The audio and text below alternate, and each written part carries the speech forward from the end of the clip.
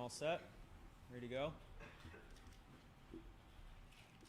All right, everyone. Well, thanks for taking some time to join us today. Obviously, a very exciting time here at the University of Maine as we formally get a chance to introduce our next men's ice hockey head coach. To get things started, I'm going to hand it off to Director of Athletics, Ken Ralph. Thank you, Tyson. Feels good to be able to do that a little bit. I think everybody's looking forward to the day we can do that everywhere. I just appreciate everybody being here and joining us. It just feels great to have everybody here to welcome Ben Barr to the Black Bear family. And we think about family.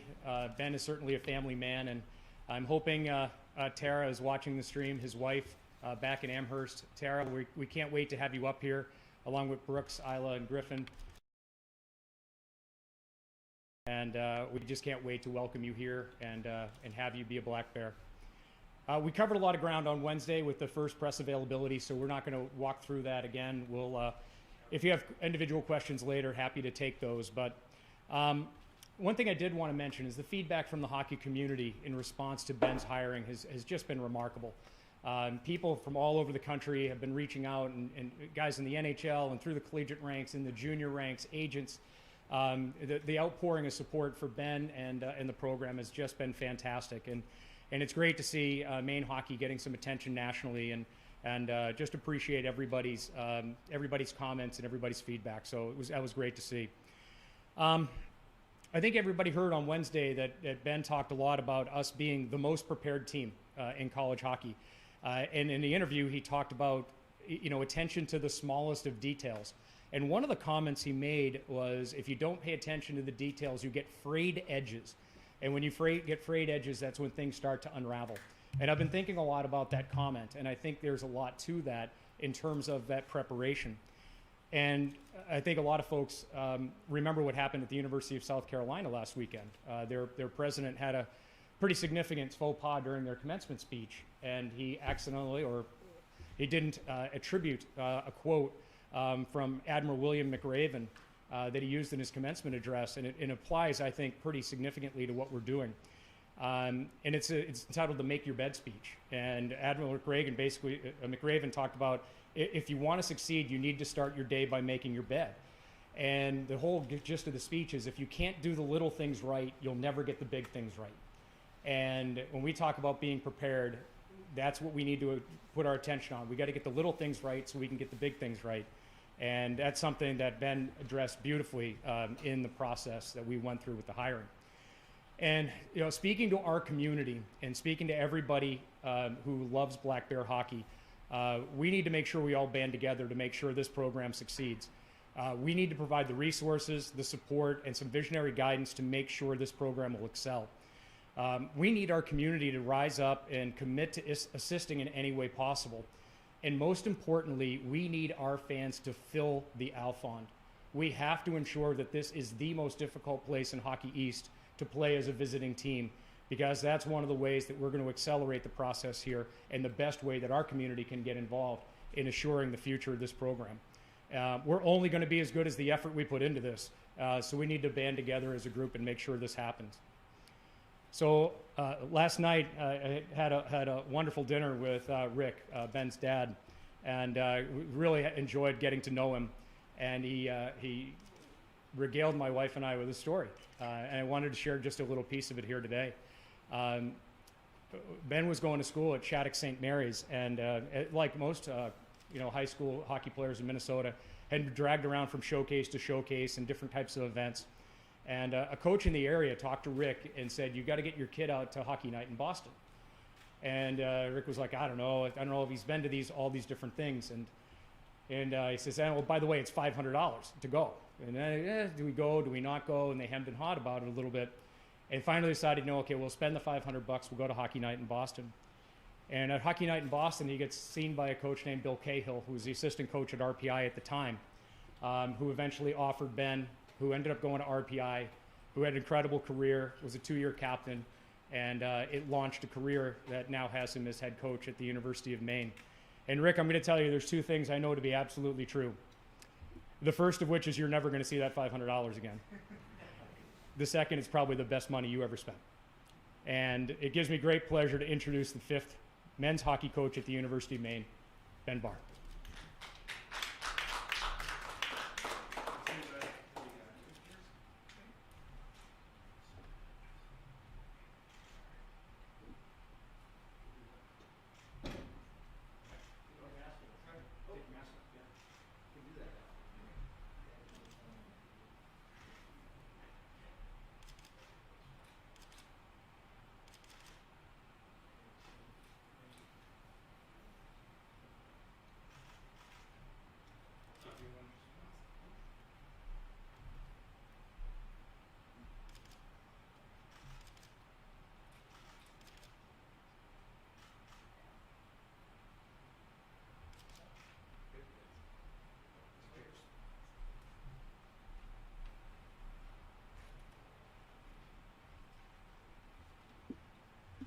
Thanks, Ken, for the kind words. It's been a whirlwind of a couple days. I could never have dreamed of the support and the passion that I've seen since Wednesday when the announcement was made, and it's truly an honor. It's an honor to have everybody here today. It's been a long time since I've been a part of something like this, and I just told Ken I've never had more than a couple of people come out to hear me say anything, so it's pretty humbling, and it's an honor. So just want to thank a few people. First and foremost, obviously Ken for giving me this opportunity. It's a dream come true, as I mentioned on Wednesday. President Farini Mundy for supporting the hire, obviously, as well. On Wednesday, after all the Zoom calls, I realized as soon as I got off the computer, I realized I didn't thank the most important people in my life. My wife Tara, my 3 kids, Brooks, Griffin, Isla, my parents who were with me in Massachusetts at the time, my sisters, Chelsea and Cassandra, and their families back in Minnesota. That was kind of a bad feeling. So I'm really fortunate that I have a chance to do that again right now. And the other thing that's really nice is I'm able to have my dad, Rick, come with me yesterday, and my mom unfortunately stayed back with Tara. My mom Debbie stayed back in Massachusetts with Tara and the 3 kids. So I'm extremely fortunate to have a supporting family, supporting wife. Without that and without that story that Ken just mentioned, I know I would not be standing here today. I want to also thank again the search committee. Brian Faison, Samantha Hegman, the Bruce Major, Gar Snow, and Jim Montgomery, who are part of, basically approving my hire, which is I don't take lightly. I was talking to Ken last night at dinner, and when I graduated from RPI in 2004, the next year was the NHL lockout season, and it was hard. I know I wasn't going to play in the NHL, so you kind of, at that point, similar to this year with some of the seniors, where it was tough because with COVID, there weren't a lot of opportunities to move on and play. I realized that I wasn't probably going to be an NHL player. I wasn't going to play pro hockey for 10 or 15 years. So the next best thing was, how do I keep playing? How do I keep staying in the game? And that was coaching. And I was able to do that as a volunteer at RPI. Nate Lehman gave me an opportunity at Union a few years after that. Went to Providence with him. Andy Murray was another mentor of mine at Western Michigan for a couple years, and then Greg Carville the past 5 years. And I know without the support of all the people I've mentioned, all the coaches that have mentored me, I know I would not have this opportunity. That being said, I'm extremely excited to get going. I wish we could fast forward a couple months to get to the fall and hopefully get back on the ice with the team, hopefully have fans in the stands and play home games again this year. This is a really special place. I've always known that, being on the other side as a visitor, whether it was at UMass or Providence, that there's something here in this community, in this state that make hockey really special. And every day from now until the season starts, once that season starts for the next hopefully 10, 20 years. Hopefully I'm here till I retire. That would be a dream. But every day we're gonna work to make Black Bear hockey a little bit better. And I'm confident in a couple years that every night we take the ice, we will believe we can win that game. And that's a really good feeling as a coach, and I've been part of that at a few places, and I have no doubt that can and will happen here again. So it's an honor to be the 5th head coach. It's an honor to stand here where so many great coaches, obviously Coach Gendron was the last one, and I hope I can live up to the honor of the past coaches that have been here. But thank you, Ken. It's been a whirlwind couple days, and I also I didn't know this was going to happen, but I told Ken that my dad might be coming up here with me, and really cool. I know this is going to make his day. Ken was nice enough to give my dad a jersey as well, so I wanted to come up here and have him present my dad with this jersey too. You take your mask off, too. So.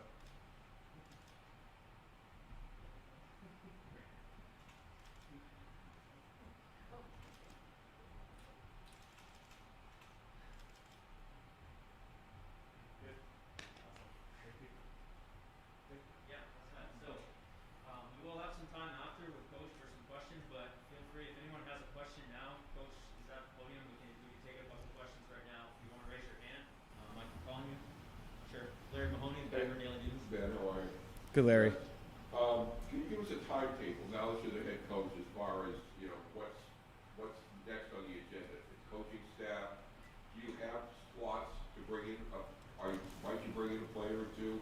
Just give us a timetable of what's going to happen here in the next month or so, please.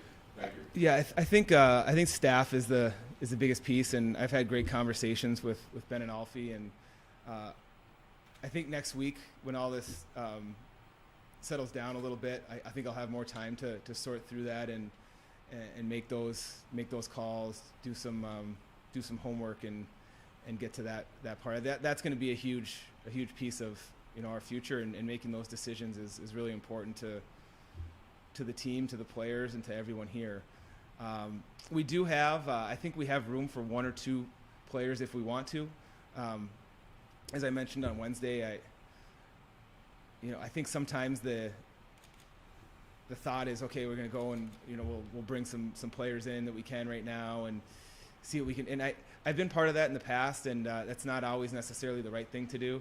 So if there's another player or two that we think is a really good fit that can help us next year, we'll definitely explore that.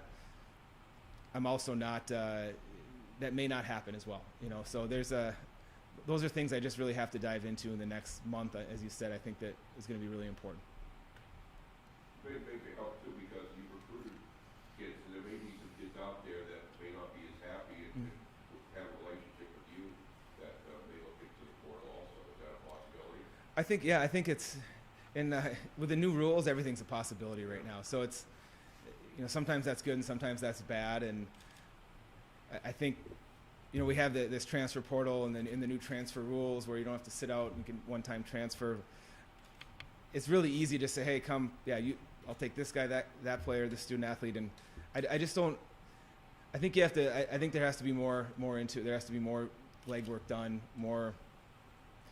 It has to be the right fit rather than just saying, okay, we're gonna change our whole roster or half our roster overnight because we can. So I think that's a little bit of a balancing act that we have to manage. Thank you. Mm-hmm. Any other questions? Eric Ellison, WABI. Ben, what was your wife's initial response when you told her you were moving to Maine? My wife is, as anyone that is in the coaching profession at this level probably realizes, is a saint. We've moved, I think this is our 4th time.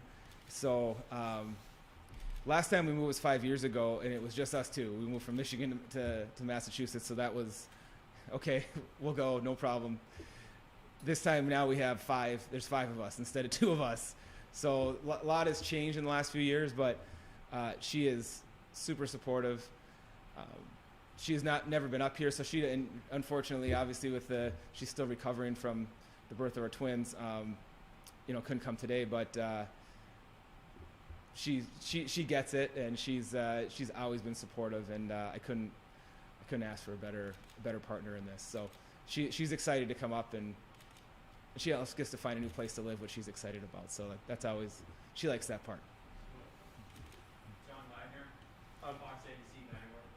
When you are going to start talking to some of the recruits and some of the guys that are already on tape, I know you talked with the team earlier this week over Zoom, but once you start talking to some of the recruits that were already kind of brought in by the previous staff, what's going to be your message to them, and as you know, about how things are going to be different with you and how they can fit into your system? I think a lot of times talk is cheap, so I have to go through, I'm trying to get through all the current players right now, and then, obviously move on to the committed players that are on the list here as well. I think I'll ask them to do a little research on me and in places I've been to, because I think sometimes that's the hockey world is really small, and players know players on every team in college hockey, junior hockey, all that kind of stuff. So I don't want to. I'm not gonna tell them everything I'm gonna do for them. I hope that they do their homework on me and feel that it's the best fit. Because it's, as I mentioned to the team on Wednesday when I had a chance to speak to them, it's always uncertain. There's a lot of uncertainty and questions when a new coach comes in, a new staff comes in. You kind of feel for the players because no one really knows what's going to happen. I just want them to know that there's not going to be any crazy turnover. There's not going to be, we're coming in and bringing a whole new team. That's not the way this. We have a really good culture in that locker room right now. I'm here to help each and every one of them reach their goals and to help them get better and help our team get better. So it's easy for me to say that. I hope they all, reach out and try to talk to somebody that might know me and get a better idea of, how we might operate going forward. And I think that'll give them a better taste than me telling them about myself. I'm not great at talking about myself. So just to answer your question. One more question. Sam Rogers, Youth Center. Ben, I'm sure you've talked to, guys that you've been coaching with throughout the years. And did any, head coaches that you served with offer any advice making the jump from assistant to head coach? And if so, what is the advice? I mean, as I mentioned, I've been super fortunate to be around some of the best in the world. I've talked to all of them, and they're all smart enough to know that they'll offer advice if they're asked, but they also be yourself, and that's what everyone has told me that. I've been through this process a few times, and I've talked to Ken a lot about this, and sometimes it's easy to when you're trying to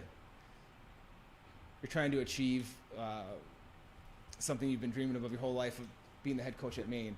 Sometimes it's easy to step out of your shoes and try to impress people, and everyone that I know that knows me is always just be yourself, and because being yourself is what has got you the opportunity even to be in this position. So that's been the most important thing that everyone's kind of said to me, and I take that seriously, and I think that's really helped me through this process. Thank you. Thanks everyone for your time. Coach, thank you for your time. And thank you for your time. That will conclude our press conference. Thank you. Thanks, everyone.